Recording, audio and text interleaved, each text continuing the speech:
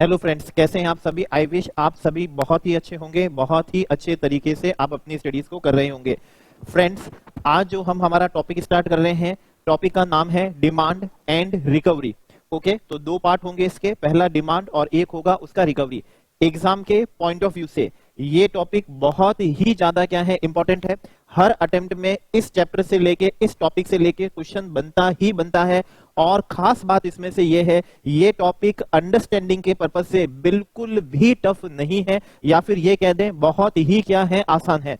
तो हम इसे प्रिपेयर करेंगे और इस तरीके से प्रिपेयर करेंगे कि इस लेक्चर के साथ में ही ये चैप्टर आपको अच्छी तरीके से क्या हो जाए, लर्न हो जाए। और इस तरीके से लर्न हो जाए कि इससे रिलेटेड अब नेक्स्ट एग्जाम में जो भी क्वेश्चन बने, आप उसे बड़े आसानी से क्या कर पाए, आप उसे सॉल्व कर पाए, उसका सॉल्यूशन दे सकें।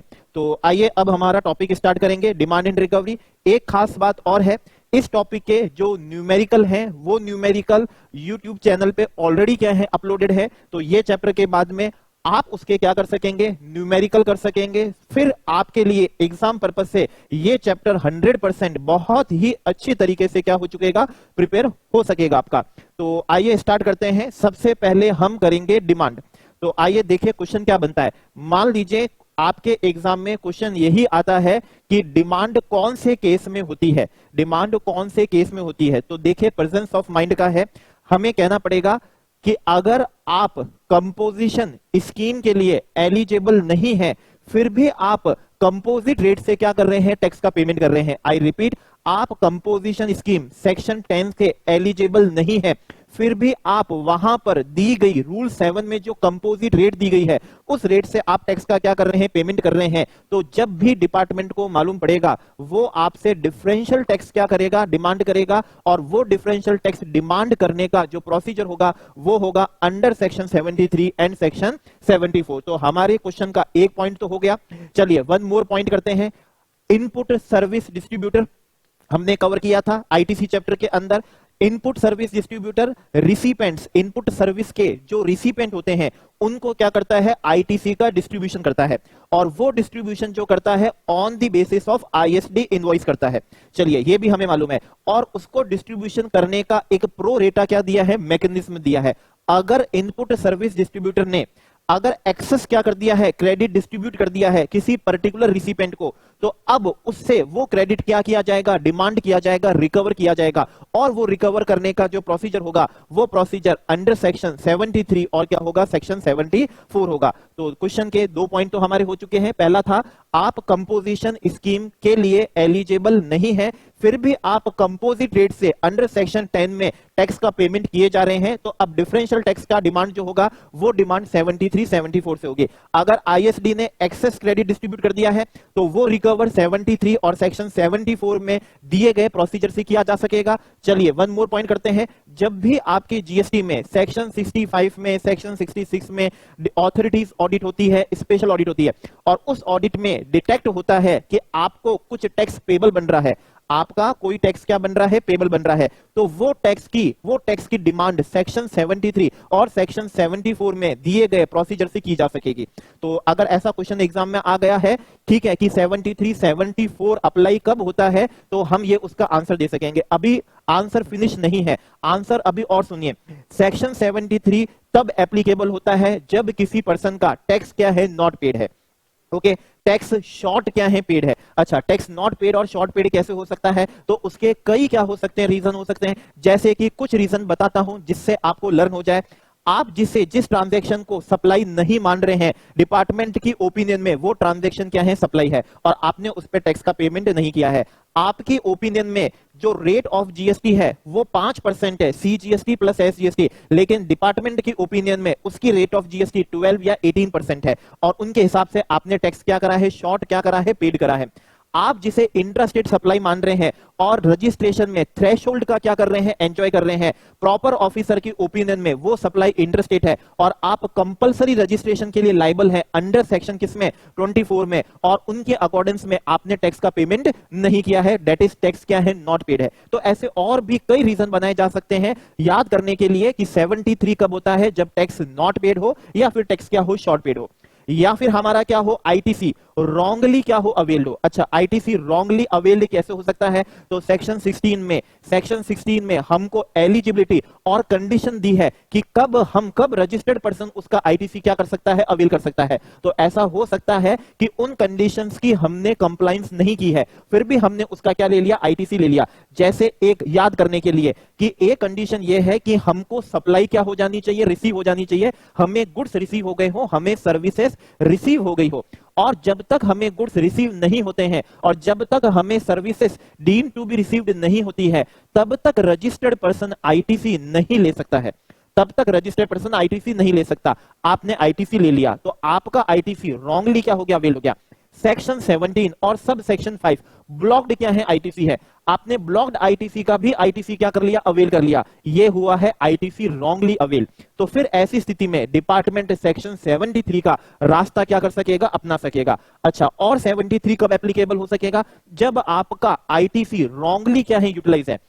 हमें रूल 88A में मैकेनिज्म बताया गया है कि किस तरीके से, किस मैनर में और किस सीक्वेंस में आईटीसी का यूटिलाइजेशन किया जाता है। सबसे पहले आईजीएसटी का, उसका भी सीक्वेंस दिया है, फिर सीजीएसटी, एसजीएसटी और उसका भी हमें क्या दिया है, सीक्वेंस दिया है।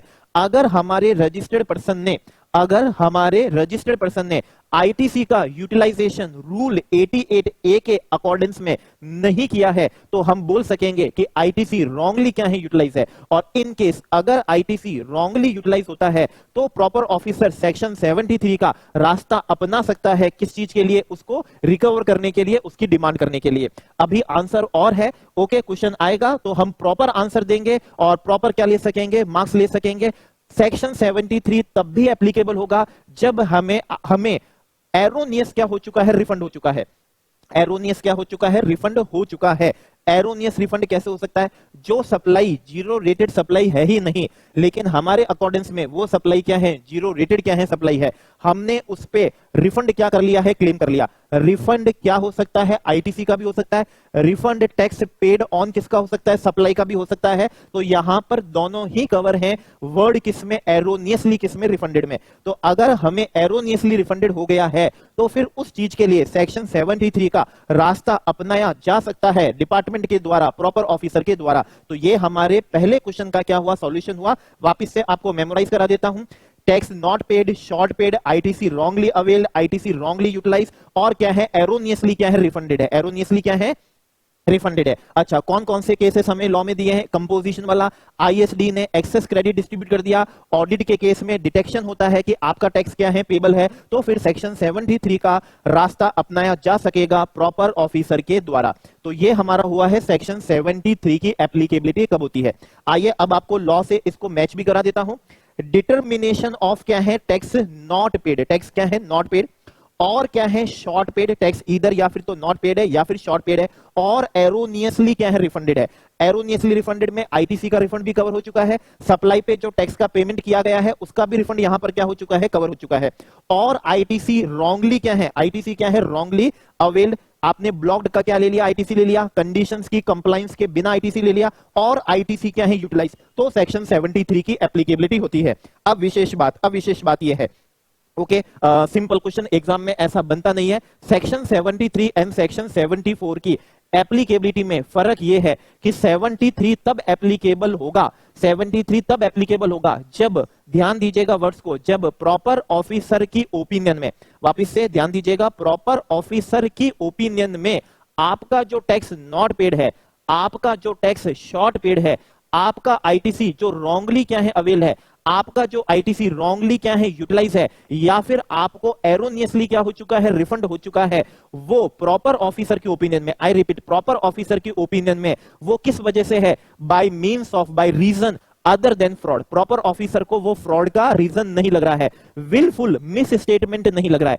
I repeat, wilful misstatement नहीं लग रहा है, सप्रेशन ऑफ फैक्ट वाला केस नहीं लग रहा है। ओके, तो सेक्शन 73 एप्लीकेबल होगा। अगर प्रॉपर ऑफिसर की ओपिनियन में वही टैक्स जो नॉट पेड है, वही टैक्स जो शॉर्ट पेड है, वही टैक्स जो एरोनियसली रिफंडेड है, वही आईटीसी जो आपका रॉन्गली अवेल है, और वही आईटीसी जो रॉन्गली यूटिलाइज है, वो by means, by reason of क्या है, फ्रॉड है प्रॉपर ऑफिसर की ओपिनियन में, by way means by reason of wilful misstatement है, by reason of suppression of क्या है, फैक्ट है। तो ऐसी स्थिति में फिर प्रॉपर ऑफिसर जो रास्ता अपनाएगा वो सेक्शन 73 वाला नहीं होके वो सेक्शन 74 वाला होगा। तो 73 और 74 के अंदर जो मेजर डिफरेंस है उसकी एप्लीकेबिलिटी का वो हो चुका है फ्रॉड, विलफुल मिस स्टेटमेंट करना, या फिर सेपरेशन ऑफ क्या कर लेना, फैक्ट कर लेना। जहां बताना था वहां नहीं बताया, या फिर बताया तो गलत बताया। ओके, तो ऐसी स्थिति में सेक्शन 74 क्या होगा, एप्लीकेबल होगा, और ये सब प्रॉपर ऑफिसर की क्या होना है, ओपिनियन में होना है। ओके, तो आपको ये बात समझ में आ चुकी है। अब अगला क्वेश्चन सुनिए। मान लीजिए कोई भी क्या है, कंपनी है, कोई भी कंपनी है, प्रॉपर ऑफिसर की ओपिनियन में, ध्यान सुनिएगा क्वेश्चन कैसा आता है एग्जाम में, कि कोई भी कंपनी है और प्रॉपर ऑफिसर की ओपिनियन में उस कंपनी का टैक्स नॉट पेड है, शॉर्ट पेड है, आईटीसी रॉन्गली अवेल है, आईटीसी रॉन्गली यूटिलाइज्ड है, या फिर टैक्स का एरोनियसली क्या हो चुका है, रिफंड हो चुका है, एरोनियसली रिफंड है। तो अब प्रॉपर ऑफिसर 73 में क्या रास्ता अपनाएगा? क्या प्रॉपर ऑफिसर, क्वेश्चन है, आपको कंपनी को शो कॉज नोटिस देगा, कंपनी को क्या देगा, शो कॉज नोटिस देगा। ओके, क्वेश्चन मार्क लगा दिया गया है और आपको कहा गया है कि आप बताइए, आप एडवाइस करिए कि इस केस में प्रॉपर ऑफिसर का प्रॉपर कोर्स ऑफ एक्शन क्या होगा। तो फ्रेंड्स ध्यान से सुनिए, अगर आपका ये हुआ कि यस वो क्या देगा, शो कॉज नोटिस देगा, तो वहीं पर आपका सॉल्यूशन क्या हो जाएगा, रॉन्ग हो जाएगा। जी हां, आप सही सुन रहे हैं, सॉल्यूशन क्या हो जाएगा, रॉन्ग हो जाएगा। आपको शो कॉज नोटिस नहीं दिया जाएगा। आपको क्या नहीं दिया जाएगा, शो कॉज नोटिस नहीं दिया जाएगा। शो कॉज नोटिस से पहले, I repeat, show cause notice से पहले डिपार्टमेंट आपको फॉर्म, ध्यान से सुनिएगा, DRC 01A, DRC फॉर्म याद करिएगा, एमसीक्यू के लिए थोड़ा सा रेलेवेंट हो सकता है। फॉर्म DRC 01A से, 01 नहीं, 01 से शो कॉज नोटिस होता है, मैं 01A की क्या कर रहा हूं, बात कर रहा हूं। तो आपको शो कॉज नोटिस से पहले tax not paid, short paid, ITC wrongly avail, ITC wrongly utilise, tax erroneously refunded की डिटेल आपको क्या करेगा, कम्युनिकेट करेगा। आपको कम्युनिकेट करेगा। शो कॉज नोटिस से पहले आपको पोर्टल पे DRC 01A क्या होगा, दिया जाएगा। ओके, ये हमको किसमें दिया है, हमारे रूल 142 में दिया है। आई रिपीट, कहां पर दिया है, रूल 142, सब रूल किसमें दिया है, 1A में दिया है। डिपार्टमेंट आपको कम्युनिकेट करेगा। अच्छा, अब हमें ये लर्न कैसे हो जाए, तो उसके लिए बेस्ट तरीका बताता हूं। देखिए, शो कॉज नोटिस आना, शो कॉज नोटिस का रिप्रेजेंटेशन देना, डिमांड ऑर्डर क्या होना, पास होना, डिमांड ऑर्डर की या फिर कंप्लाइंस कर देना, या फिर उसके अगेंस्ट जाके क्या करना, अपील करना, ये एक बहुत ही लंबा प्रोसेस है। समय भी क्या होगा, इसमें ज्यादा लगता है। और अगर अपील में गए तो हमारे डिपार्टमेंट को रेवेन्यू, जब तक अपील में आप हार नहीं जाओगे तब तक पूरा रेवेन्यू रिकवर नहीं हो सकेगा, स्टे लग जाता है। तो ऐसी स्थिति में डिपार्टमेंट भी चाहता है कि उसका समय क्या हो जाए, बच जाए, उसका समय बच जाए। तो ऐसी स्थिति में उन्होंने कहा हम आपको शो कॉज नोटिस से पहले फॉर्म DRC 01A से कम्युनिकेट कर देंगे डिटेल्स। पार्ट ए में, कौन से में, पार्ट ए में आप उसका क्या कर सकेंगे, पेमेंट कर सकेंगे। आप उसका पेमेंट कर लीजिए। आप अगर वो लायबिलिटी मान लेते हैं तो अलोंग विथ इंटरेस्ट आप उसका पेमेंट कर दीजिए। आप पे कोई पेनल्टी किसी भी तरह की, किसी भी अमाउंट की सेक्शन 73 में इंपोज नहीं की जाएगी। ये आपका बेनिफिट है। डिपार्टमेंट का बेनिफिट ये है कि आप अगर लायबिलिटी मान लेते हैं तो आप उसका क्या कर देंगे, पेमेंट कर देंगे। आप उसका क्या कर देंगे, पेमेंट कर देंगे। अच्छा, याद करने के लिए, और आपको इसमें और क्या बेनिफिट है, अगर आप वो लायबिलिटी मान के अगर पेमेंट कर देंगे तो अब आपके अगेंस्ट प्रोसीडिंग नहीं की जाएगी, आपके अगेंस्ट प्रोसीडिंग नहीं की जाएगी, आपको शो कॉज नोटिस भी इशू नहीं किया जाएगा। तो ऐसी स्थिति में जो भी पर्सन मान लेते हैं कि यस ये मेरी लायबिलिटी क्या हो रही है, बन रही है, तो वो अलोंग विद इंटरेस्ट उसका क्या कर दे, पेमेंट कर दे। आपको शो कॉज नोटिस नहीं आएगा, आपके अगेंस्ट प्रोसीडिंग इनिशिएट अब नहीं की जाएगी शो कॉज नोटिस से। ओके, लेकिन अगर आप लायबिलिटी नहीं मानते हैं, ओके, लायबिलिटी नहीं मानते या पूरे अमाउंट की लायबिलिटी नहीं मानते हैं, तो वही फॉर्म DRC 01A के पार्ट बी से आप अपना सबमिशन दे सकेंगे। आप अपना क्या दे सकेंगे, सबमिशन दे सकेंगे। तो इस तरीके से आपको याद होगा कि शो कॉज नोटिस नहीं आएगा, उससे पहले फॉर्म DRC 01A से क्या होगा, कम्युनिकेशन आएगी। पार्ट ए में पेमेंट कर दीजिए, आप क्या कर दीजिए, पेमेंट कर दीजिए, और नहीं तो आप अपना पार्ट बी से क्या दे दीजिए, सबमिशन दे दीजिए। आइए और लर्न कर लेते हैं। प्रॉपर ऑफिसर नोटिस सर्व करने से पहले, प्रॉपर ऑफिसर नोटिस सर्व करने से पहले डिटेल्स ऑफ क्या है, टैक्स, इंटरेस्ट, पेनल्टी क्या करेगा, कम्युनिकेट करेगा। अगर आप पेमेंट कर देंगे पेनल्टी नहीं लगेगी आपके। As ascertained by proper officer, in part किसमें, ए में, of form GST DRC 01A। Form GST DRC कौन सा है, 01 क्या है, ए है। ओके, तो अगर आप अपना क्या देना चाहें, सबमिशन देना चाहें, अगर आप अपना सबमिशन देना चाहें, ओके, सबमिशन या फिर तो आप तब देंगे जब आप पार्शियल पेमेंट कर रहे हैं या फिर आप पेमेंट कर ही नहीं रहे हैं, तो ऐसी स्थिति में आप अपना सबमिशन दे सकेंगे अगेंस्ट किसके, प्रपोज्ड लायबिलिटी के, अगेंस्ट किसके, द प्रपोज्ड क्या है, लायबिलिटी। और वो सबमिशन आप अपना GST DRC 01A के किसमें देंगे, पार्ट किसमें दे सकेंगे, बी में दे सकेंगे। आप किसमें दे सकेंगे, पार्ट बी में दे सकेंगे। तो ये हमारे क्वेश्चन का क्या हो गया, आंसर हो गया। और इससे हमें GST DRC 01A part A और पार्ट बी क्या हो चुका है, लर्न हो चुका है। ओके, चलिए अगला क्वेश्चन। मान लीजिए आपका ऐसे क्वेश्चन से आपका एग्जाम में क्या होता है, सामना होता है कि आप कोई इनवॉइस की डिटेल देना क्या कर गए हैं, भूल गए हैं। ओके, आप GSTR 1 क्या कर रहे हैं, फाइल कर रहे हैं, लेकिन किसी पर्टिकुलर मंथ की इनवॉइस की डिटेल आप GSTR 1 में देना भूल गए। मान लीजिए कोई भी क्या है, पर्सन है XYZ के नाम से, इंडिविजुअल, कंपनी, फर्म, किसी को लेके भी क्वेश्चन दे दिया गया और क्वेश्चन में यह दिया गया कि एक पर्टिकुलर मंथ की इनवॉइस है, वो पर्सन GSTR 1 में उस इनवॉइस की डिटेल देना भूल गया, इस वजह से उसका टैक्स नॉट पेड है, शॉर्ट क्या है, पेड है। तो अब क्या करना चाहिए उसे, तो ऐसी स्थिति में जब उसका टैक्स नॉट पेड है, क्वेश्चन कह रहा है तो क्या सेक्शन 73 में, क्या सेक्शन 73 अप्लाई होगा, तो सुनिए ऐसी स्थिति में अब वो जो पर्सन है वो अपने अगले GSTR 1 में अपनी मिस्टेक को क्या कर सकता है, रेक्टिफाई कर सकता है।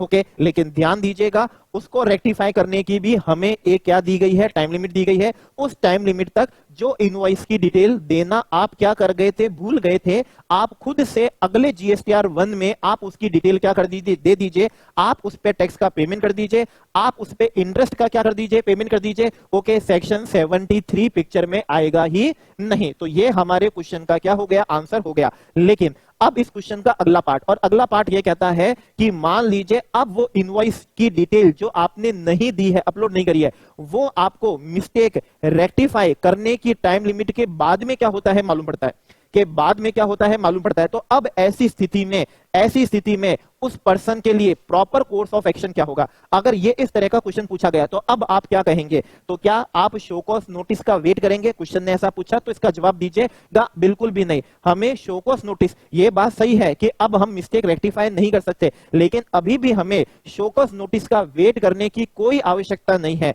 हम DRC 03 से, आई रिपीट, फॉर्म कौन से GST DRC, ओके, DRC बोलते हैं 03 से हम वॉलेंट्री पेमेंट की क्या दे सकते हैं, पेमेंट कर सकते हैं और उसकी डिटेल प्रॉपर ऑफिसर को क्या कर सकते हैं, कम्युनिकेट कर सकते हैं। तो शो कॉज नोटिस का वेट करने की आवश्यकता नहीं है। अगर मिस्टेक को रेक्टिफाई करने की टाइम लिमिट बची है तो आप उसकी डिटेल्स दे दीजिए, टैक्स का पेमेंट कर दीजिए, इंटरेस्ट का पेमेंट कर दीजिए। नहीं भी है तो आप DRC 03 से आप उसका वॉलेंट्री क्या कर दें, पेमेंट कर दें, वॉलेंट्री पेमेंट कर दीजिएगा और आप टैक्स और इंटरेस्ट का क्या कर सकेंगे, पेमेंट कर सकेंगे। तो ऐसे क्वेश्चन का क्या बनेगा, ये आंसर बन जाएगा। ओके, अच्छा, क्वेश्चन अगर ये होता है कि आपके यहां सेक्शन 65 में या सेक्शन 66 में क्या हुई है, ऑडिट हुई है, या फिर आपकी प्रीमाइसेस पे क्या हुई है, कुछ इन्वेस्टिगेशन हुई है, या फिर आपका एनुअल रिटर्न का रिकंसिलेशन हुआ और ऑडिट में, इन्वेस्टिगेशन में या एनुअल रिटर्न के रिकंसिलेशन में प्रॉपर ऑफिसर को डिटरमाइन होता है कि आपका टैक्स क्या है, नॉट पेड है, आपका टैक्स क्या है, शॉर्ट पेड है, आपका ITC रॉन्गली अवेल है या आपका ITC रॉन्गली क्या है, यूटिलाइज है। ऑडिट में मालूम पड़ गया, इन्वेस्टिगेशन में क्या हो गया है, मालूम पड़ गया है। तो अब क्वेश्चन ये पूछ रहा है, क्या अब पर्सन को डिपार्टमेंट के शो कॉज नोटिस का वेट करना पड़ेगा या उससे पहले भी वो क्या कर सकता है, पेमेंट कर सकता है, जो टैक्स डिटरमाइंड बाय क्या है, प्रॉपर ऑफिसर है। टैक्स डिटरमाइंड बाय क्या है, प्रॉपर ऑफिसर है। अगर ऐसा क्वेश्चन मार्क लग के क्वेश्चन एग्जाम में आ जाता है कि ऑडिट में, इन्वेस्टिगेशन में, एनुअल रिटर्न रिकंसिलेशन के अंदर आपको मालूम पड़ रहा है टैक्स डिटरमाइंड बाय क्या है, प्रॉपर ऑफिसर है, तो आपको शो कॉज नोटिस वेट करने की आवश्यकता नहीं है। अगेन आप DRC 03 से आप क्या कर सकेंगे, पेमेंट कर सकेंगे, आप वॉलेंट्री पेमेंट कर सकेंगे।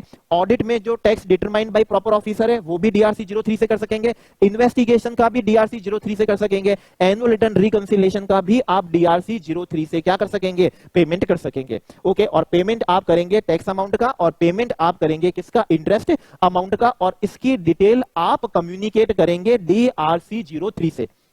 ठीक है, DRC किससे? 03 से। ओके, तो देखिए यहां पर क्या है, पर्सन जिसने पेमेंट ऑफ टैक्स और क्या करा है, इंटरेस्ट। जब भी आप पेमेंट करेंगे तो आप प्रॉपर ऑफिसर को क्या करेंगे, इंटीमेट करेंगे। आप प्रॉपर ऑफिसर को क्या करेंगे, इंटीमेट करेंगे। DRC किसमें? 03 से।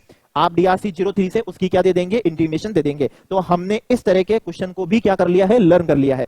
अब यहां पर क्वेश्चन ही हमारा क्या है, ना तो ऑडिट ना इन्वेस्टिगेशन वाला है, ना वॉलेंट्री पेमेंट कर रहे हैं, ना ही रिटर्न में हमने मिस्टेक क्या करी है, रेक्टिफाई करी है। मतलब हमारे अकॉर्डेंस में तो कोई लायबिलिटी बन ही नहीं रही थी।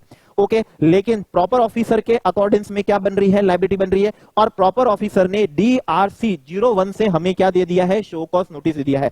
रिमेंबर रखिए, शो कॉज नोटिस कौन से आता है, DRC किससे आएगा, 01 से आएगा। तो आपको DRC 01 से क्या आ चुका है, शो कॉज नोटिस आ चुका है। अब क्वेश्चन पूछ रहा है आपका प्रॉपर कोर्स ऑफ एक्शन क्या होना चाहिए।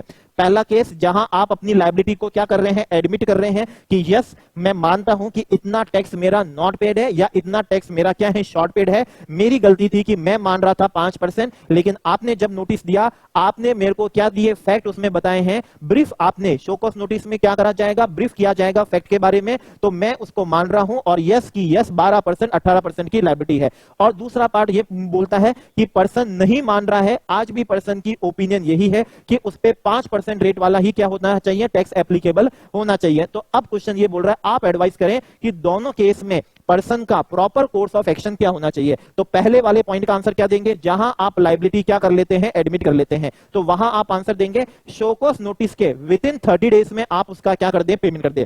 एक बात वापस से बता देता हूं, जब भी आप पेमेंट करेंगे उसकी डिटेल कम्युनिकेट करेंगे DRC 03 से।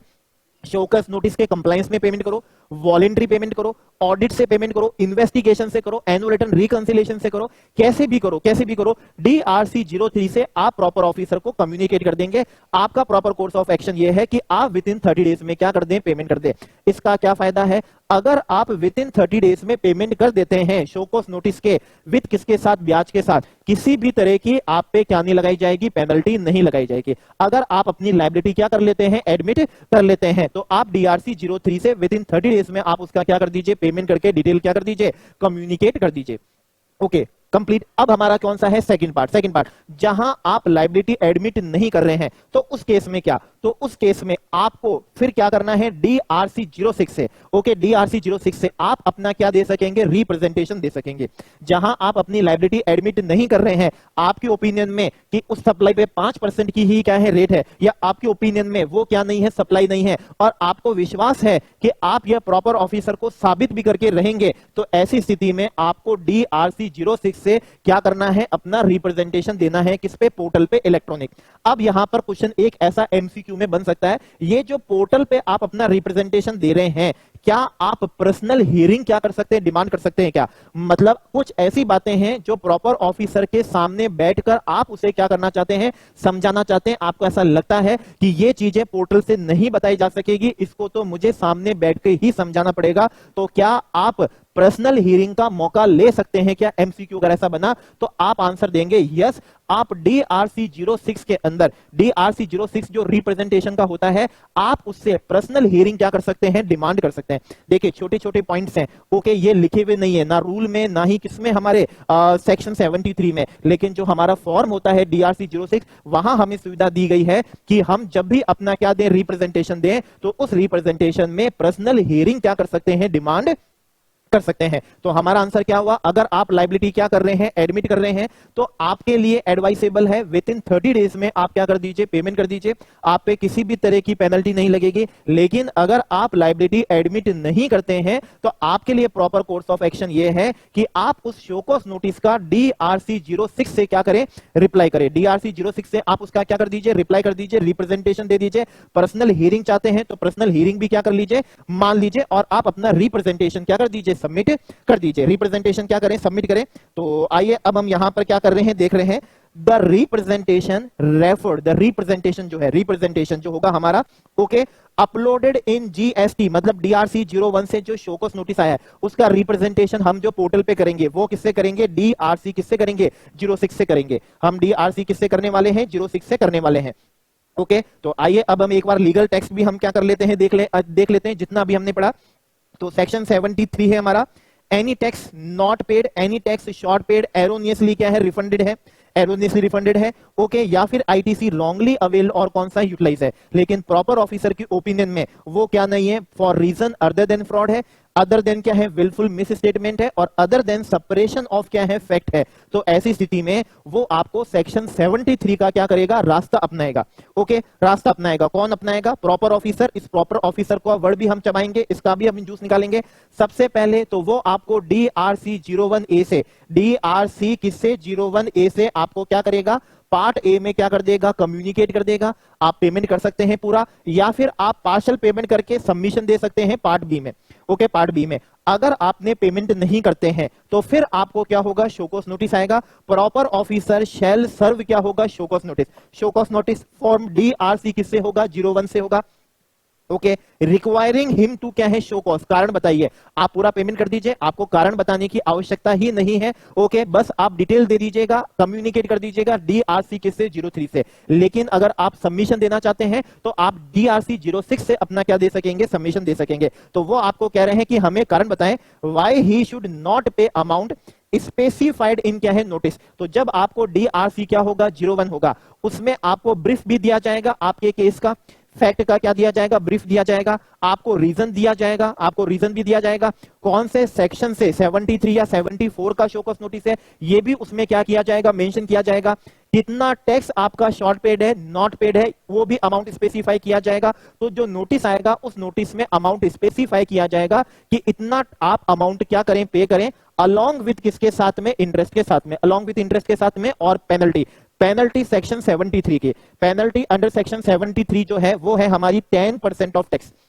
ध्यान दीजिएगा, कितनी है, 10% ऑफ क्या है, टैक्स है, 10% ऑफ टैक्स की अमाउंट की है। ओके, और 10,000 विच एवर इज क्या है, higher, whichever is higher. ध्यान दीजिएगा, 10% ऑफ कौन से अमाउंट का है, टैक्स अमाउंट का है, और हायर पेनल्टी है, मिनिमम पेनल्टी कितनी है, 10,000 की है। तो आपसे शोकॉस नोटिस में कहा जाएगा कि इस नोटिस में जो अमाउंट स्पेसिफाई है, ये अमाउंट अलोंग विथ इंटरेस्ट और ब्याज, ब्याज 73 का अलोंग विथ इंटरेस्ट और पेनल्टी का पेमेंट आप क्यों नहीं करेंगे, आप पेमेंट क्यों नहीं करेंगे। अगर आप लायबिलिटी मान लेते हैं, 30 दिनों में पेमेंट कर देते हैं, तो आपको सिर्फ ब्याज सहित पेमेंट करना है, पेनल्टी का पेमेंट करना ही नहीं है। लेकिन जब नोटिस दिया जाएगा तो मेंशन किया जाएगा, स्पेसिफाई किया जाएगा अमाउंट जो वो आपसे क्या कर रहे हैं, डिमांड कर रहे हैं। ब्याज तो सेक्शन कौन सा होता है, 50 का होता है। सेक्शन 50 का क्या होता है, ब्याज होता है 18% पर एनम की रेट से, और पेनल्टी 73 की 10% ऑफ टैक्स और 10,000 विच एवर इज क्या होगी, हायर होगी, विच एवर हायर। तो ये पूछा जाएगा कि आप इसका पेमेंट क्यों नहीं करेंगे, बताएं। तो ऐसा नहीं है कि आपको बताना हो, आप सीधा ही क्या कर दे, पेमेंट कर दें डीआरसी किससे, 03 से। और अगर आप बताना चाहते हैं तो डीआरसी किससे, 06 से आप अपना रिप्रेजेंटेशन क्या कर सकते हैं, दे सकते हैं। ओके, रिप्रेजेंटेशन दे सकते हैं। अब यहां पर ध्यान से सुनिएगा, एमसीक्यू के लिए हो सकता है, एमसीक्यू पूछ सकता है कि सेक्शन 73 में शोकॉस नोटिस को इशू करने की जो टाइम लिमिट है वो आप बताएं। सेक्शन 73 में शोकॉस नोटिस को इशू करने की जो टाइम लिमिट है आप वो बताएं। इसका मतलब यह हुआ कि एक शोकॉस नोटिस इशू करने की टाइम लिमिट है, अगर उस टाइम फ्रेमवर्क के अंदर प्रॉपर ऑफिसर आपको शोकॉस नोटिस इशू नहीं कर पाता है, तो ऐसी स्थिति में बाद में अगर उसको डिटेक्ट होता है कि टैक्स नॉट पेड है, शॉर्ट पेड है, वो भी कौन सा, अदर देन फ्रॉड वाला, तो वो आपके अगेंस्ट एक्शन नहीं ले सकेगा, क्योंकि एक्शन लेने के लिए डिपार्टमेंट को शोकॉस नोटिस देने की क्या है, टाइम लिमिट है।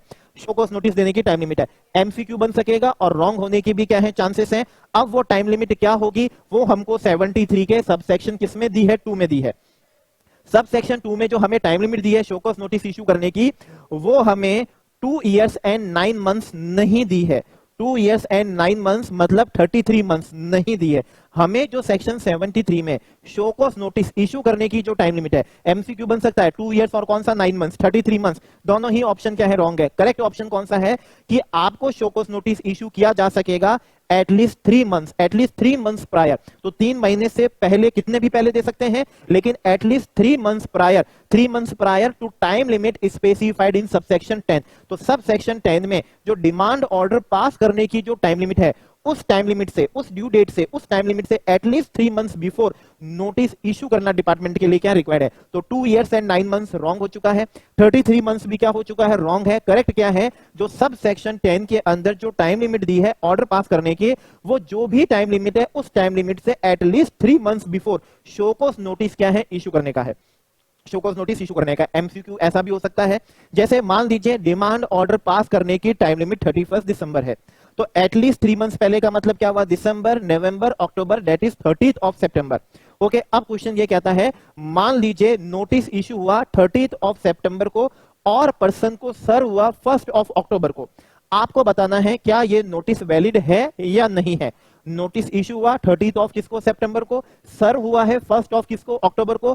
पर्सन चैलेंज कर रहा है कि ये जो नोटिस मुझे सर्व हुआ है ये टाइम बार्ड हो चुका है, टाइम बार्ड हो चुका है। आपको क्या करना है, कमेंट करना है। तो आप बोलेंगे section 73 sub section 2 demand order pass करने की जो टाइम लिमिट दी है उससे एटलीस्ट 3 मंथ्स पहले show cause notice SCN DRC 01 से क्या हो जाना चाहिए, इश्यू हो जाना चाहिए। और हमारे वाले प्रेजेंट केस में 30 सितंबर को नोटिस क्या हो चुका है, इश्यू हो चुका है। तो हमारा पर्सन का जो कंटेंशन है वो वैलिड नहीं है और ये शो कॉज नोटिस क्या हो चुका है, वैलिड हो चुका है, ये टाइम बार्ड नहीं है। तो जो भी ऑर्डर पास करने की टाइम लिमिट है उससे एटलीस्ट क्या होगा, 3 मंथ्स, उससे एटलीस्ट क्या होगा, 3 months before show cause notice क्या हो जाना चाहिए, इश्यू हो जाना चाहिए। तो हम सब सेक्शन 10 में उसकी क्या देखेंगे, टाइम लिमिट देखते हैं कि क्या टाइम लिमिट हमको दी गई है सेक्शन 73 में ऑर्डर क्या करने की, पास करने की। तो सुनिएगा और बात को क्या करिएगा, समझिएगा। एमसीक्यू इसका भी बन सकता है। ओके, और डिमांड ऑर्डर सेक्शन 73 में पास करने की जो टाइम लिमिट है वो है हमारी विद इन 3 ईयर्स। आंसर क्या होगा, विद इन क्या होगा, 3 इयर्स। तो प्रॉपर ऑफिसर को विद इन 3 इयर्स में क्या करना है, डिमांड ऑर्डर भी पास करना है, शो कॉज नोटिस भी इशू करना है।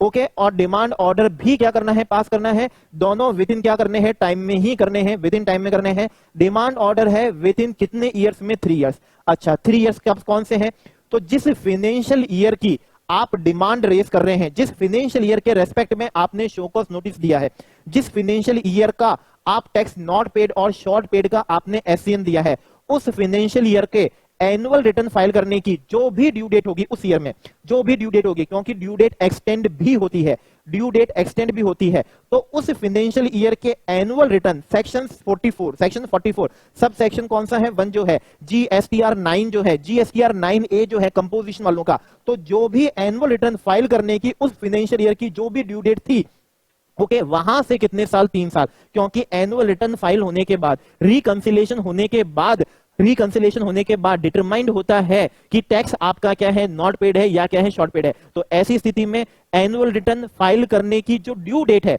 जिस दिन फाइल करा वो नहीं, जो फाइल करने की जो लास्ट डेट है, ओके, उस फाइनेंशियल ईयर के लिए जो भी लास्ट डेट है, तो वहां से कितने साल है, 3 साल है।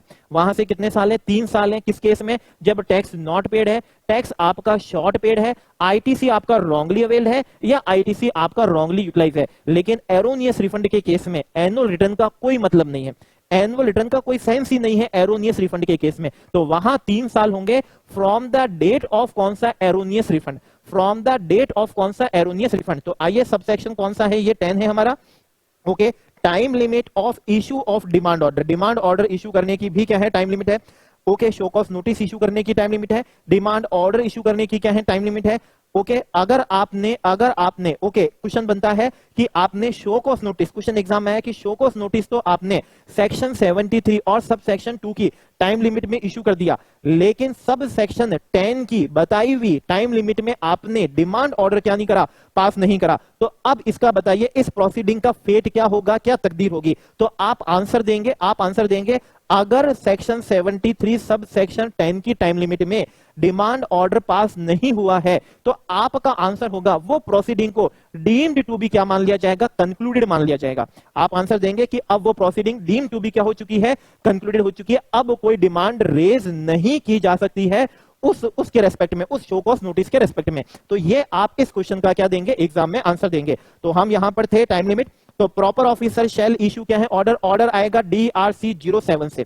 DRC किससे, 07 से। तो DRC 01A से कम्युनिकेशन था आपको, और अगर शो कॉज नोटिस अगर आता है आपको तो वो DRC किससे आएगा, 01 से आएगा, DRC 01 से आएगा। आप जब भी पेमेंट करेंगे, चाहे शोकॉज नोटिस से क्या कर दो, पहले पेमेंट कर दो, ऑडिट से, इन्वेस्टिगेशन से या शोकॉज नोटिस के आने के बाद पेमेंट कर दो, तो पेमेंट करोगे आप DRC 03 से। ओके, अगर आप अपना रिप्रेजेंटेशन देना चाहते हैं तो वो आप देंगे DRC किससे, 06 से, और वो जो डिमांड ऑर्डर पास करेंगे वो करेंगे DRC किससे, 07 से, DRC 07 से। तो वो ऑर्डर क्या कर देंगे, पास कर देंगे विद इन कितने ईयर्स में, 3 ईयर्स में। ओके, कितने ईयर्स में पास कर देंगे, विद इन 3 ईयर्स में। 3 ईयर्स कब से है, from due date of furnishing annual return. तो जिस फाइनेंशियल ईयर का शोकॉज नोटिस है, जिस फाइनेंशियल ईयर की डिमांड टैक्स नॉट पेड के रेस्पेक्ट में शोकॉज नोटिस आया, उस फाइनेंशियल ईयर के एनुअल रिटर्न फाइल करने की जो भी क्या है ड्यू डेट है, वहां से कितने साल है, 3 साल है। तो नॉर्मली वो 31 दिसंबर होती है ऑफ फॉलोइंग फाइनेंशियल ईयर, लेकिन वो ड्यू क्या होती है, वो ड्यू डेट एक्सटेंड भी होती है। तो जो भी लास्ट ड्यू डेट है वहां से कितने साल है, 3 साल है। वहां से कितने साल है, 3 साल है। एनुअल कौन सा है, रिटर्न सेक्शन 44। सेक्शन कौन सा होता है, 44 होता है। GSTR 9, GSTR 9A जो होता है। और इन केस एरोनियस रिफंड के केस में, इन केस कौन सा है, एरोनियस रिफंड के केस में विद इन कितने ईयर्स है, 3 ईयर्स है। और विद इन 3 ईयर्स कब से है, फ्रॉम द डेट ऑफ कौन सा है, एरोनियस रिफंडेड है, वहां से कितने होंगे, 3 साल में। और अगर डिमांड ऑर्डर पास नहीं हुआ तो सेक्शन 75 जो हम अभी करेंगे, वहां से हम आंसर देंगे कि वो प्रोसीडिंग डीम टू बी क्या हो चुकी है, कंक्लूडेड हो चुकी है। वो प्रोसीडिंग अब आपकी डीम टू बी क्या हो चुकी है, कंक्लूडेड हो चुकी है। तो आपको शोकॉज नोटिस क्या आना है, एटलीस्ट 3 मंथ्स क्या आना है, बिफोर आना है। ओके, जो भी आपकी रिटर्न फाइल करने की ड्यू डेट है, दैट इज GSTR 9 और कौन सा 9A। ओके, तो वहां से कितने साल, 3 साल। तो उस 3 साल से at least 3 months before show cause notice क्या हो जाना चाहिए, आपको इश्यू हो जाना चाहिए, आपको इश्यू हो जाना चाहिए। ओके, तो आई थिंक आपको ये बात। अब एक क्वेश्चन सुनिए, एग्जाम में मानिए इस तरह का क्वेश्चन आया है कि एक क्या है, पार्टनरशिप फर्म है। ओके, और उस पार्टनरशिप फर्म को शोकॉज नोटिस आता है, और शोकॉज नोटिस में ब्रीफ बताया जाता है, केस का फैक्ट बताया जाता है ब्रीफली, और बताया जाता है आप 5% से टैक्स का पेमेंट कर रहे हैं, लेकिन उस पे रेट ऑफ GST कितनी है, 12% है। और आपको क्या दिया गया है, शोकॉज नोटिस दिया गया है। आप या फिर तो पेमेंट कर दीजिए, या फिर आप अपना सबमिशन दीजिए DRC किससे, 06 से। अब यहां पर हमारी पार्टनरशिप फर्म है, वो श्योर है और उसे अपने पे भरोसा है कि हम सबमिशन देंगे और प्रॉपर ऑफिसर को अच्छे से बताएंगे कि ये 5% वाली ही सप्लाई है, 12% वाली सप्लाई नहीं है। तो उन्होंने शोकॉज नोटिस के रेस्पॉन्स में DRC 03 से पेमेंट नहीं किया, उन्होंने अपना क्या दिया, सबमिशन दिया, रिप्रेजेंटेशन दिया DRC किससे, 06 से। पर्सनल हियरिंग चाहिए थी तो उन्होंने DRC 06 से पर्सनल हियरिंग भी मांगी, प्रॉपर ऑफिसर को क्या करा, समझाया कि इस पे 5% वाली क्या है, रेट है।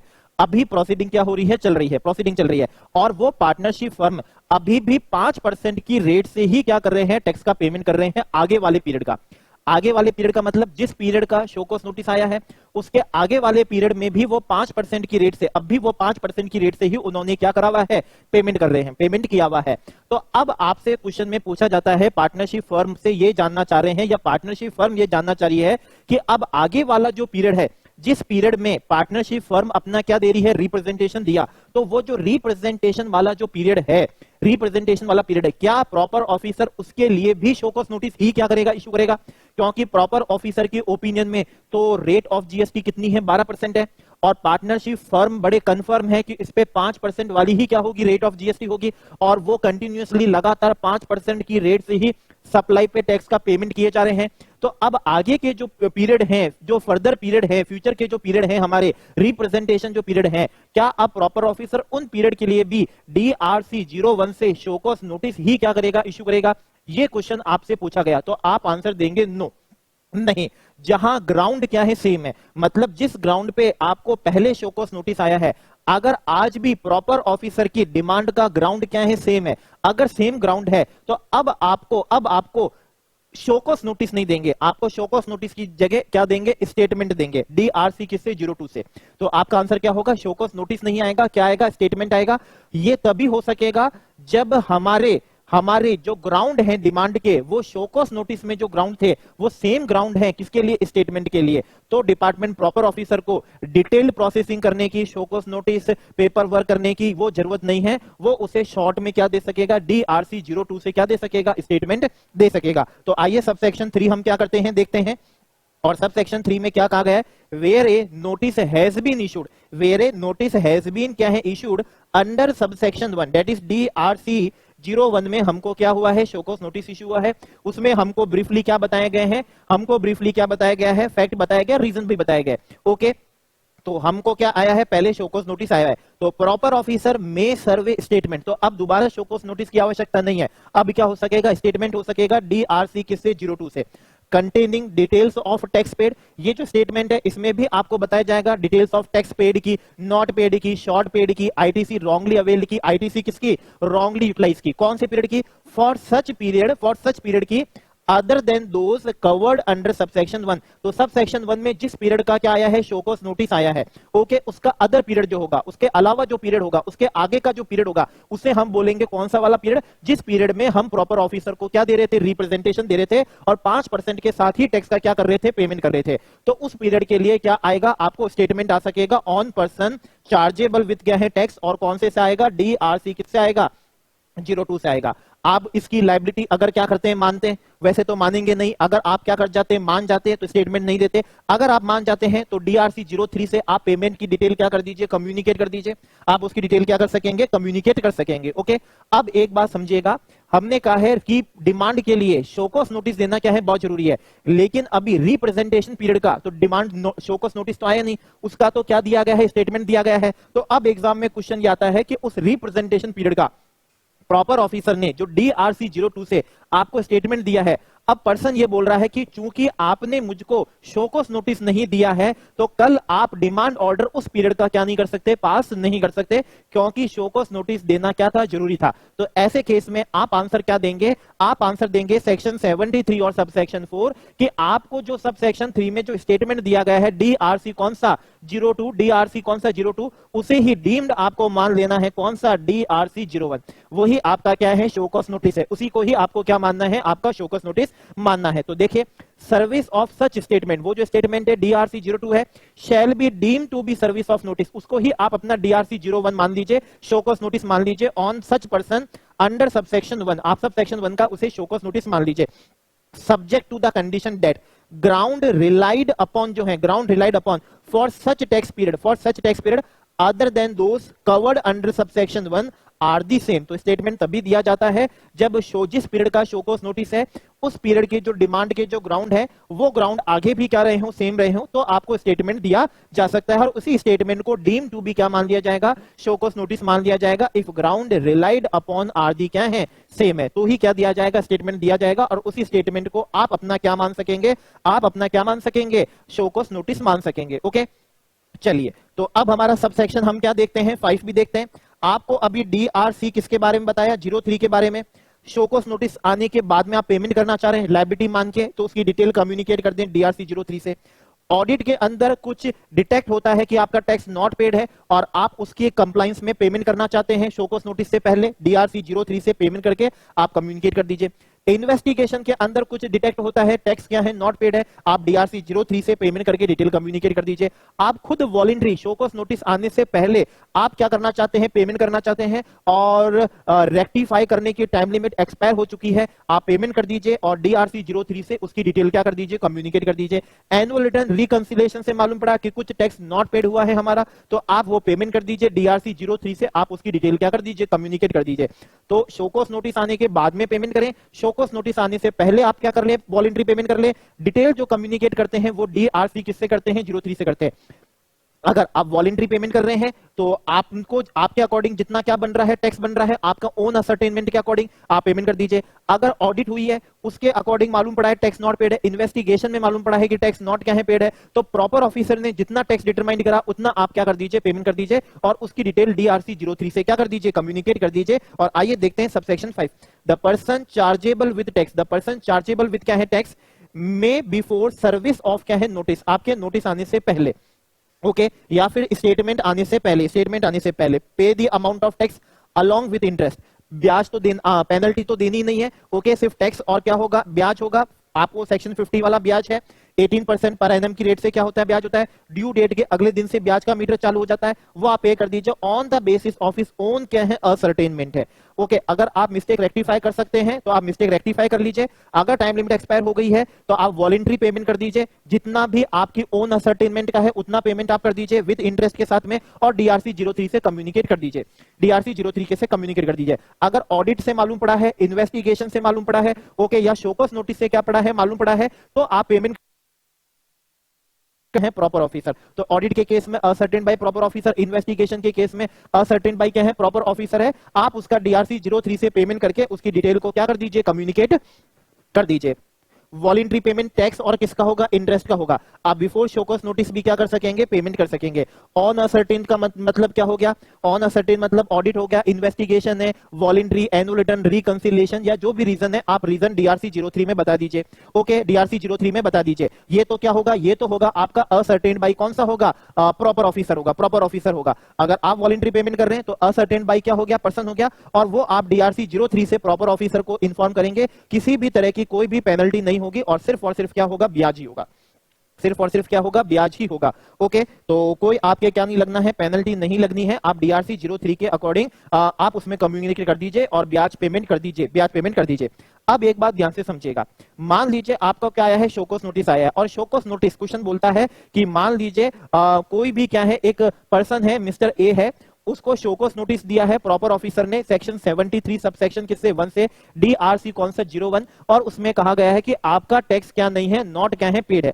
और वो person mister A immediately admit कर लेता है कि यस यस यस यस कि ये टैक्स मैंने क्या नहीं करा है, पे नहीं करा है, और आई एम रेडी टू पे क्या है, that much amount of tax along with किसके साथ, इंटरेस्ट के साथ मैं पेमेंट करने को क्या हूं, तैयार हूं। उसको सबमिशन देना ही नहीं है, वो चाहता ही नहीं है सबमिशन देना, वो मान रहा है अपनी क्या कर ले, लायबिलिटी मान ले। तो अब आपको क्या बताया था, उसका कोर्स ऑफ एक्शन क्या होगा कि वो विद इन 30 डेज में क्या कर दे, पेमेंट कर दे। शोकॉज नोटिस के कितने डेज में पेमेंट कर दीजिए, विद इन 30 डेज में उसका क्या कर दे, पेमेंट कर दे। अगर वो विद इन 30 डेज में उसका क्या कर देगा, पेमेंट कर देगा, तो किसी भी तरह का कोई भी क्या नहीं लगेगा, इंटरेस्ट नहीं लगेगा। तो पहले सबसेक्शन 8 पे आते हैं। ओके, डिपार्टमेंट ऐसा क्यों चाह रहा है, क्योंकि जैसे ही आपने शोकॉज नोटिस के रेस्पेक्ट में पेमेंट कर दिया, जितना अमाउंट उसमें स्पेसिफाइड है, तो अब आप पे डिमांड ऑर्डर क्या नहीं होगा, पास ही नहीं होगा, आपको डिमांड ऑर्डर पास नहीं होगा, अब आपके आगे प्रोसीडिंग नहीं चलेगी। तो where any person chargeable with tax under subsection 1, DRC कौन सा है, 01, या सबसेक्शन 3 दैट इज आपको DRC 02 से स्टेटमेंट आया था, पेज द सेड टैक्स, वो पेमेंट कर देता है, उसको क्या नहीं देना है, रिप्रेजेंटेशन देना ही नहीं है, अलॉन्ग विद किसके साथ, इंटरेस्ट अंडर सेक्शन कौन सा 50 18% पर एनम, कितने समय में, विद इन 30 डेज में, प्रॉम्प्ट पेमेंट कर दीजिए, विद इन कितने डेज में, 30 डेज में ऑफ इशू ऑफ कौन सा है, शोकॉज नोटिस। अब देखिए प्रैक्टिकली एक बात, ये इशू ऑफ शोकॉज नोटिस नहीं होके इसे सर्विस ऑफ क्या होना चाहिए, शोकॉज नोटिस होना चाहिए, कि हमको शोकॉज नोटिस सर्व होगा तभी तो हम उसका क्या करेंगे, पेमेंट करेंगे। लेकिन लॉ में जो वर्ड यूज करा है वो यहां पर इशू है, लेकिन इसकी फीलिंग कौन सी होनी चाहिए, सर्विस ऑफ क्या होनी चाहिए, शोकॉज नोटिस ही होनी चाहिए। सेक्शन 74 में इन्होंने सर्विस ऑफ शोकॉज नोटिस ही काम लिया है, लेकिन 73 में इन्होंने यहां पर कौन सा वर्ड काम ले लिया है, इशू ऑफ शोकॉज नोटिस। तो लॉ में तो इशू ऑफ कौन सा है, शोकॉज नोटिस ही है। अगर कहीं लिखना पड़ जाए तो हम इशू ऑफ शोकॉज नोटिस ही लिखेंगे, लेकिन अंडरस्टैंडिंग के लिए हम इसे सर्विस ऑफ शोकॉज नोटिस के with in 30 days prompt payment है, नो पेनल्टी शैल बी क्या होगी, पेबल, कोई पेनल्टी आपको क्या नहीं करनी है, पे नहीं करनी है। और आपकी प्रोसीडिंग, आपका फायदा यह हुआ है कि प्रोसीडिंग अब डीम टू बी क्या हो गई है, कंक्लूडेड हो गई है। डिपार्टमेंट का फायदा यह है, डिमांड ऑर्डर पास नहीं करना है, रिप्रेजेंटेशन सुनना नहीं है, अपील अब आगे होगी नहीं, मामला क्या हो चुका है, कंक्लूड हो चुका है। तो विन विन क्या है, पोजीशन है। तो ये इंसेंटिव है टू दोस, उनको टू हु एडमिट देयर क्या है, डिमांड, जो अपनी डिमांड एडमिट कर लेते हैं। अगर ऐसी फैसिलिटी नहीं हो और पेनल्टी लगनी हो तो हर कोई चाहेगा कि नहीं मैं तो रिप्रेजेंटेशन दूंगा, डिमांड ऑर्डर क्या होने दो, पास होने दो, मैं तो और आगे क्या करूंगा, अपील करूंगा। तो इंसेंटिव है कि यहां पर आप पेनल्टी से क्या कर सकेंगे, बच सकेंगे, अगर आप मन से मानते हैं कि यस आप पे क्या है, डिमांड टैक्स नॉट पेड है, आपका शॉर्ट क्या है, पेड है, and save the time of proper officer under the क्या हो चुकी है, प्रोसीडिंग हो चुकी है, अंडर दी क्या है, प्रोसीडिंग है। तो ये हमारा सेक्शन 73 का सब सेक्शन कौन सा है, ये सब सेक्शन हमारा क्या है, 8 है। ओके, हम वॉलंटरी भी शोकॉज नोटिस आने से पहले पेमेंट कर सकते थे। DRC 03 से हमको उसकी क्या देनी थी, इंफॉर्मेशन देनी थी। अगर प्रॉपर ऑफिसर के हिसाब से हमने पूरा टैक्स पे कर देंगे तो अब हमें कोई शोकॉज नोटिस नहीं आएगा। लेकिन अगर प्रॉपर ऑफिसर के हिसाब से हमने पूरा टैक्स पे नहीं कराए तो वो बैलेंस के लिए क्या दे सकेगा, हमको शोकॉज नोटिस दे सकेगा। ओके, तो आप शोकॉज नोटिस से पहले पेमेंट कर लीजिए। ओके, शोकॉज नोटिस के 30 नो में क्या कर लीजिए, पेमेंट कर लीजिए, स्टेटमेंट के 30 नो में पेमेंट कर लीजिए। पेनल्टी दोनों ही क्या नहीं है, केस में नहीं है। ऑर्डर पास करने की टाइम लिमिट तो हम ऑलरेडी क्या कर चुके थे, देख चुके थे सबसेक्शन 10 से। ऑर्डर जो पास होगा, proper officer shall after considering representation, okay, representation DRC कौन सा था, 06 था। डिमांड ऑर्डर क्या किया जाएगा, आपके लिए पास किया जाएगा। डिमांड ऑर्डर क्या होगा, पास होगा, डिमांड ऑर्डर पास होगा। अब यहां पर एक क्वेश्चन एग्जाम में ऐसा आता है कि एक पर्सन है, एक क्या है, पर्सन है, मान लीजिए एक क्या है, प्राइवेट कंपनी है, जिसको शोकॉज नोटिस आया था कि आपका 50 लाख रुपए का 50 लाख रुपए का टैक्स क्या है, नॉट पेड है, शॉर्ट क्या है, पेड है। ओके, रिप्रेजेंटेशन दिया प्राइवेट कंपनी ने, उन्हें लग रहा था कि हमारी डिमांड नहीं है, तो उन्होंने क्या दिया, रिप्रेजेंटेशन दिया डीआरसी 06 से। प्रॉपर ऑफिसर ने डीआरसी 07 से डिमांड ऑर्डर पास करा, और डिमांड ऑर्डर पास करा उन्होंने 75 लाख की, ठीक है ना, 75 लाख की। अब आपको क्या करना है, कमेंट करना है प्रॉपर ऑफिसर के एक्शन पे। तो सबसे पहले तो आप क्या बताएंगे, आप ये बताएंगे कि जितना शोकॉस नोटिस में अमाउंट स्पेसिफाइड था उससे ज्यादा का डिमांड ऑर्डर क्या नहीं किया जा सकता, पास नहीं किया जा सकता। उससे ज्यादा की डिमांड ऑर्डर क्या नहीं की जा सकती है, पास नहीं की जा सकती है। मतलब मैक्सिमम डिमांड ऑर्डर जो पास होगा tax not paid short paid का, वो 50 लाख रुपए से क्या नहीं होगा, ज्यादा का नहीं होगा। तो ऐसे क्वेश्चन का आप क्या देंगे, यहां पर क्या दे देंगे, ऐसा आंसर देंगे। आप यहां पर क्या दे देंगे, ऐसा आंसर देंगे।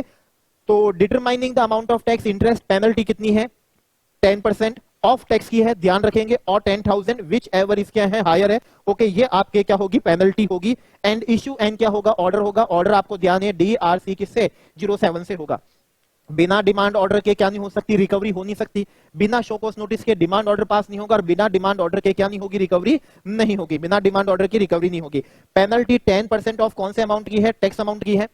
अगर आप पेमेंट क्या कर देते हैं, शोकॉस नोटिस के 30 में कर देते हैं, तो कोई क्या नहीं लगेगी, पेनल्टी नहीं लगेगी। तो क्या नहीं लगेगी, पेनल्टी नहीं लगेगी। एल्स इसके अलावा 10% ऑफ टैक्स और 10,000 विच एवर हायर की पेनल्टी लगेगी। मतलब अगर शोकॉस नोटिस सर्व होने के 30 में पेमेंट नहीं किया, तब डिमांड ऑर्डर आया और उसके 30 में पेमेंट कर दिया तब भी, या उसके 30 दिनों के बाद में पेमेंट किया तब भी, बाकी सभी केसेस में जब पेनल्टी लगेगी तो वो 10% ऑफ टैक्स की लगेगी, और 10,000 विच एवर क्या लगेगी, हायर की लगेगी। दो केस ही ऐसे हैं, आपसे पूछा जा सकता है कि 73 के केस में कब पेनल्टी नहीं लगेगी, तो वो होगा एक तो शोकॉस नोटिस से पहले पेमेंट कर दे, और एक शोकॉस नोटिस के विद इन 30 डेज में क्या कर दे, पेमेंट कर दे। इन दो केसेस में पेनल्टी नहीं लगेगी, बाकी केसेस में पेनल्टी लगेगी, चाहे वो आपने शोकॉस नोटिस के आफ्टर कितना कराओ, 30 डेज कराओ, डिमांड ऑर्डर के क्या करा हो, विद इन 30 डेज में कर दिया हो। डिमांड ऑर्डर आया और उसके विद इन 30 डेज में कर दिया, या डिमांड ऑर्डर आया और उसके क्या करा, 30 डेज के बाद में करा। पेनल्टी तो 10% ऑफ टैक्स और 10,000 विच एवरेज क्या होगी, हायर होगी। ओके, आपसे पेनल्टी का अमाउंट पूछा जाएगा, एमसीक्यू में पूछा जा सकता है निकालने के लिए। ओके, तो अगर आपसे सीजीएसटी की पेनल्टी पूछी जाए तो 10% ऑफ टैक्स और 10,000 है, और टोटल पेनल्टी आपसे पूछी जाए सीजीएसटी प्लस एसजीएसटी, तो इतनी ही पेनल्टी आपकी किसमें लग जाएगी, सेम एस जीएसटी में भी क्या हो जाएगी, लग जाएगी। फिक्स्ड पेनल्टी है, अप टू नहीं है। क्या है, फिक्स्ड पेनल्टी है, अप टू नहीं है। लगेगी तो विच एवर क्या लगेगी, हायर की ही क्या लगेगी, पेनल्टी लगेगी। सब सेक्शन 10 में हमने क्या देखा था, ऑर्डर पास करने की टाइम लिमिट विद इन कितने ईयर से, 3 ईयर से। जिस भी फाइनेंशियल ईयर के रेस्पेक्ट में शोकॉस नोटिस आया है, जिस फाइनेंशियल ईयर का टैक्स नॉट पेड है, जिस फाइनेंशियल ईयर का टैक्स शॉर्ट पेड है, जिस फाइनेंशियल ईयर में आईटीसी रॉन्गली अवेल्ड है, जिस फाइनेंशियल ईयर में आईटीसी रॉन्गली यूटिलाइज है, उस फाइनेंशियल ईयर का एनुअल रिटर्न फाइल करने की जो भी ड्यू डेट है, चाहे वो एक्सटेंडेड है या फिर 31 December of following financial year है, उसके विद इन 3 ईयर्स में डिमांड ऑर्डर है, और उससे एटलीस्ट 3 मंथ्स पहले शोकॉस नोटिस इशू करने की क्या है, टाइम लिमिट है। और एरोनियस रिफंड के केस में डेट ऑफ एरोनियस रिफंड से कितना टाइम है, विद इन क्या है, 3 ईयर्स है। विद इन क्या है, 3 ईयर्स है। तो ये हमको सेक्शन कौन सा दिया था, सेक्शन 73। सब सेक्शन 10 में तो क्या है, टाइम लिमिट है। ऑर्डर पास हुआ था सब सेक्शन किससे, 9 से, डीआरसी किससे, 07 से। डीआरसी कौन सा, 07 से। ओके, अब now last sub section, section किसका है, 73 का, सेक्शन 73 का है। अब इसके लिए क्वेश्चन आता है एग्जाम में, किस तरह का क्वेश्चन आएगा, तो आप ध्यान से सुनिए। क्वेश्चन क्या है कि आपने अपना रिटर्न क्या कर दिया, फाइल कर दिया है। ठीक, एक असेसी है, एक क्या है, असेसी है। ओके, असेसी का नाम आप कुछ भी मान सकते हैं, पार्टनरशिप फर्म मान लीजिए, एबीसी, एबीसी लिमिटेड मान लीजिए। ओके, मिस्टर ए क्या कर लीजिए, मान लीजिए, मिस्टर बी मान लीजिए, मिस्टर सी। उन्होंने अपना ड्यू डेट पे रिटर्न क्या कर दिया, फाइल कर दिया, और क्वेश्चन में बताया गया रिटर्न में उन्होंने अपनी लायबिलिटी बताई, लेकिन उस लायबिलिटी का उन्होंने क्या नहीं करा है, पेमेंट नहीं करा है। उस लायबिलिटी का उन्होंने क्या नहीं करा है, पेमेंट नहीं करा है। मतलब सेल्फ असेस्ड टैक्स है। ओके, रिटर्न फाइल है, उसमें लायबिलिटी सेल्फ एडमिटेड है, बट टैक्स आपका क्या है, नॉट क्या है, पेड है। टैक्स आपका नॉट पेड है। ओके, और आपने ड्यू डेट के 30 दिनों तक भी क्या नहीं करा है, आपने उसका पेमेंट नहीं करा। लेकिन 30 दिनों के बाद में आपने शोकॉस नोटिस आने से पहले वॉलंटरी क्या कर दिया, पेमेंट कर दिया, जब आपके पास में पैसे की व्यवस्था हो गई। जैसे मान लीजिए आपकी लायबिलिटी थी कितने की, 6 लाख रुपए की, आपके पास में 5 लाख रुपए का आईटीसी था, 1 लाख रुपए आपको कैश में क्या करने थे, पे करने थे। आपने रिटर्न क्या करा, फाइल करा, लेकिन आपने टैक्स का क्या नहीं करा, पेमेंट नहीं करा, क्योंकि आपके पास में उस समय कैश 1 लाख अवेलेबल ही नहीं था। 30 दिनों के बाद में, ओके, 30 दिनों के बाद में, ड्यू डेट के 30 दिनों के बाद में जब भी आपके पास में पैसा आया 1 लाख रुपए, वो आपने 1 लाख रुपए वॉलंटरी क्या कर दिया, पे कर दिया, आपने वॉलंटरी क्या कर दिया है, पे कर दिया है। ओके, और डिपार्टमेंट को उसका क्या कर दिया, कम्युनिकेट कर दिया, कम्युनिकेट कर दिया। अब यहां पर हमारे एबीसी लिमिटेड का, एबीसी पार्टनरशिप फर्म का mister A, mister B, mister C का कहना है कि जब मैंने शोकॉज नोटिस सर्व होने से पहले ही क्या कर दिया, पेमेंट कर दिया है, तो ऐसी स्थिति में मेरे पे सेक्शन 73 की पेनल्टी लगनी ही नहीं चाहिए। सेक्शन 73 की क्या नहीं लगनी चाहिए, पेनल्टी लगनी नहीं चाहिए। सेकंड पॉइंट क्वेश्चन में दिया गया, शोकॉज नोटिस आया, आपको आ गया शोकॉज नोटिस, प्रॉपर ऑफिसर ने कहा रिटर्न फाइल है, पेमेंट नहीं है, टैक्स नॉट पेड है, शोकॉज नोटिस दिया। 30 दिनों के शोकॉज नोटिस के 30 दिनों में आपके पास 1 लाख रुपए की व्यवस्था हुई, आपने उसका क्या कर दिया, पेमेंट भी कर दिया, और ये ग्राउंड लिया, ये स्टैंड लिया कि जब चूंकि मैंने शोकॉज नोटिस के विद इन 30 डेज में पेमेंट कर दिया है, मेरे पे क्या नहीं लगेगी, पेनल्टी नहीं लगेगी। अब आपको इस क्वेश्चन पे क्या करना है, एडवाइस करना है, कमेंट करना है। तो आपका आंसर होगा सबसेक्शन कौन सा, 1173 सबसेक्शन 11। और आप सबसेक्शन 11 के केस में क्या करेंगे, जब भी सेल्फ असेस्ड क्या होगा, टैक्स होगा, सेल्फ असेस्ड टैक्स होगा, और वो क्या होगा, नॉट बीन पेड होगा, किससे, 30 डेज ड्यू डेट से। तो ड्यू डेट आपकी जो भी है 18 तारीख है, 20 तारीख है, जो भी आपकी ड्यू डेट है, ओके, आपने ड्यू डेट पे मान लो रिटर्न फाइल कर दिया, या ड्यू डेट के बाद में भी फाइल करा, बस रिटर्न फाइल करा लेकिन टैक्स पेमेंट नहीं करा। रिटर्न बिलेटेड भी हो सकता है, रिटर्न ड्यू डेट पे भी हो सकता है, लेकिन रिटर्न जो फाइल है वो along with payment of tax के साथ में नहीं है, वैलिड रिटर्न नहीं है, वैलिड नहीं है। प्रैक्टिकली ऐसा पॉसिबल नहीं है, लेकिन थ्योरेटिकली लॉ ने इसे पॉसिबल बनाया है, तो हम समझेंगे। और आपने ड्यू डेट के 30 दिनों तक पेमेंट नहीं करा, बाद में आपने पेमेंट करा, वॉलंटरी कर लिया, शोकॉज नोटिस के 30 दिनों में कर लिया, 30 दिनों में कर लिया। Okay, that is non payment of कौन सा है, सेल्फ असेस टैक्स है। कितने समय में, विद इन 30 डेज, कब से, रिटर्न फाइल करने की ड्यू डेट, पेमेंट की जो ड्यू डेट है वहां से। तो अब ऐसी स्थिति में सेक्शन 73 और सब सेक्शन 11 आपका आंसर देगा, और आप लिखेंगे कि अगर आप 30 दिनों के बाद में वॉलंटरी भी करें, शोकॉज नोटिस के 30 दिनों में भी करें, तो भी पेनल्टी 10% ऑफ टैक्स और 10,000 विच एवर इज हायर जो होगी वो शैल भी क्या होगी, पेबल ही होगी। मतलब लायबिलिटी एडमिट करते हैं लेकिन साथ में पेमेंट नहीं करते हैं 30 दिनों तक नहीं करते हैं, तो बाद में वॉलंटरी भी करें या शोकॉज नोटिस के 30 दिनों में करें, अलोंग विद किसके साथ में करें, पेनल्टी के साथ करें, 10% ऑफ क्या हो, टैक्स हो, और 10,000 हो, विच एवर इज क्या हो, हायर हो, उसी के साथ में उसका पेमेंट हो। अच्छा, क्वेश्चन का वन मोर क्या है, आपको पार्ट दिया जाता है कि आपने बी लेटेड रिटर्न फाइल करा, 20 तारीख तक रिटर्न फाइल नहीं करा, 20 तारीख के बाद में रिटर्न क्या करा, फाइल करा, लेकिन जब भी फाइल करा उस रिटर्न में जितना भी टैक्स पेबल था वो आपने क्या कर दिया, पे कर दिया, दैट इज वैलिड रिटर्न है, वैलिड रिटर्न है। तो अब ऐसी स्थिति में टैक्स आपका नॉट पेड तो है ही नहीं, टैक्स आपका शॉर्ट पेड तो है ही नहीं, तो जब आपका टैक्स नॉट पेड नहीं है या टैक्स आपका शॉर्ट पेड नहीं है, तो ऐसी स्थिति में 73 में डिमांड ही नहीं बनती है। और जब सेक्शन 73 से डिमांड ही नहीं बनती है तो पेनल्टी जो 73 की है वो आप पे एप्लीकेबल भी नहीं हो सकती। ओके, एप्लीकेबल तब होती जब आपने टैक्स पे नहीं किया होता, लेकिन आपने रिटर्न बिलेटेड फाइल करा, वो अच्छी बात नहीं है, वो एक बुरी बात है। लेकिन अच्छी बात इसमें यह है कि आपने पेमेंट ऑफ टैक्स क्या कर दिया, साथ में कर दिया, आप पे 73 की पेनल्टी नहीं लगेगी। लेकिन जो बुरी बात है, टाइम पे रिटर्न क्या नहीं करना, फाइल नहीं करना, तो ऐसी स्थिति में सेक्शन जो 125 है, 125 है हमारे पास में, जनरल पेनल्टी है, तो अच्छा काम करा नहीं है तो वो पेनल्टी आप पे जरूर लग सकती है, लेकिन 73 जब एप्लीकेबल ही नहीं है, टैक्स आपका पेड है रिटर्न के साथ में, तो आप पे 73 वाली क्या नहीं लगेगी, पेनल्टी नहीं लगेगी। तो रिटर्न क्या है, फाइल्ड है, बट टैक्स क्या है, नॉट पेड है।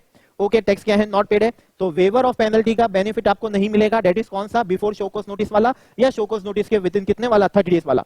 ओके, विद इन 30 डेज वाला आपको बेनिफिट नहीं मिलेगा। लेकिन अगर आपने डिलेड फाइलिंग ऑफ रिटर्न करा लेकिन along with payment of tax और इंटरेस्ट के साथ में कर दिया, तो सेक्शन 73 के अकॉर्डिंग्स में टैक्स नॉट पेड है ही नहीं, शॉर्ट पेड है ही नहीं, तो 73 आप पे एप्लीकेबल नहीं होगा।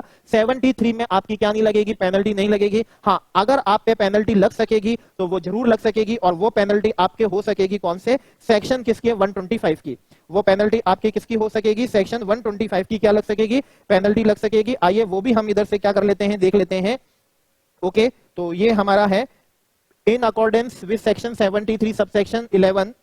ओके, यहां पर आपसे पूछा गया रिटर्न फाइल है आफ्टर ड्यू डेट के बाद में रिटर्न फाइल करा, लेकिन आपने उसमें साथ में टैक्स का क्या कर दिया, पेमेंट भी कर दिया है, तो आपका टैक्स नॉट पेड कुछ नहीं है, 73 एप्लीकेबल नहीं होगा, तो उस 73 की कोई भी क्या नहीं लगेगी, पेनल्टी नहीं लगेगी। लेकिन आपने कॉन्ट्रावेंशन तो करा है प्रोविजन का, और जब भी आपने कॉन्ट्रावेंशन करा है प्रोविजन का, तो हमारे 125 में जो पेनल्टी है अप टू 25,000 रुपए की CGST में, वो आपके ऊपर क्या हो सकेगी, लग सकेगी। तो वो कॉन्सिक्वेंस आपके ऊपर बिल्कुल हो सकेगा, उससे बचना चाहिए। रिटर्न टाइम पे फाइल करना चाहिए और टैक्स का पेमेंट भी समय पे कर देना चाहिए। ओके, लेकिन अगर आप नहीं करते हैं, रिटर्न लेट फाइल करते हैं, along with payment of tax करते हैं, तो ये निश्चित है कि सेक्शन 73 के केस में सब सेक्शन 11 आपके ऊपर क्या नहीं होगा, एप्लीकेबल नहीं होगा। तो ये हमने सेक्शन 73 के सब सेक्शन 11 तक के हर एक वर्ड को हमने क्या कर लिया, चबा लिया, उसका प्रॉपर हमने जूस निकाल लिया। जो जो क्वेश्चन उसके रेस्पेक्ट में क्या हो सकते हैं, बन सकते हैं, क्वेश्चन बना के हमने उसके क्या कर लिए, प्रोविजन कर लिए, सो दैट हमको प्रोविजन क्या हो जाए, लर्न हो जाए। और यहां हमारा सेक्शन 73 क्या होता है, कंप्लीट होता है।